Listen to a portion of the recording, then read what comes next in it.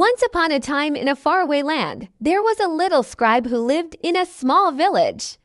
The little scribe was very poor and he lived in a tiny hut with his mother. The men were asking the foreigner all sorts of questions about his travels, and the scribe was curious to know more, so he joined the group. The scribe had never seen a pyramid before, and he was amazed by the plans that the foreigner described. He begged the foreigner to take him along as an apprentice, and after some convincing, the foreigner agreed.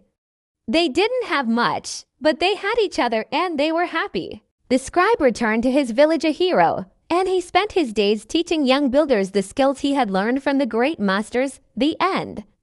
And whenever he saw a bird flying overhead or a cloud floating in the sky, he would look up and remember the time he spent building the greatest pyramid in the world. One day, the little scribe was walking through the village when he saw a group of men gathered around a newly arrived foreigner. The foreigner was a great inventor and engineer, and he told the men that he had come from a faraway city to build a pyramid for the king. And when the pyramid was finally finished, he took a small piece of wood and carved one last pyramid. This one was even more detailed and beautiful than the others, and he presented it to the king as a gift. So the scribe left his village and started working on the pyramid.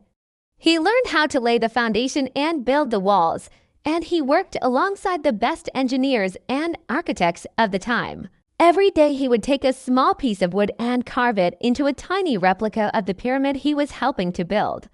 He kept these little wooden pyramids as souvenirs to remember his time on such an important project.